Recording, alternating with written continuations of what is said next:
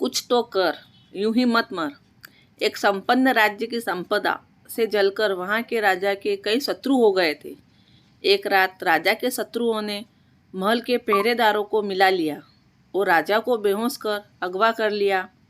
इसके बाद राजा के शत्रुओं ने राजा को पहाड़ की एक गुफा में बंद कर दिया और एक बड़े से पत्थर से गुफा के मुंह को ढक दिया।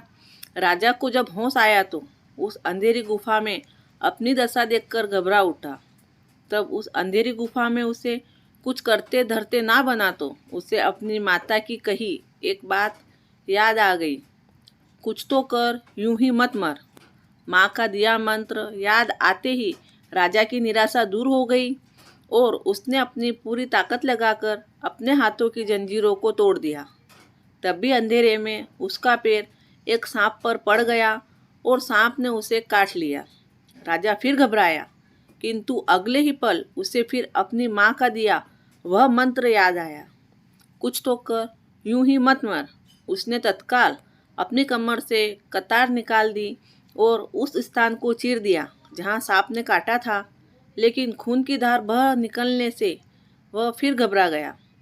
लेकिन फिर उसने अपनी माँ के मंत्र से प्रेरणा पाकर अपनी कमर पर लपेटे वस्त्र से घाव पर पट्टी बांध दी, जिससे रक्त बहना बंद हो गया।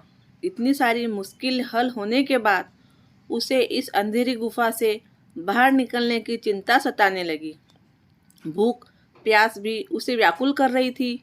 उस अंधेरी गुफा से निकलने का उसे जब कोई रास्ता न दिखा तो वह फिर निराश हो उठा। लेकिन फिर अगले ही पल उसे अपनी माँ का दिया मंत्र याद आया, कुछ तो कर, यूं ही मत मर।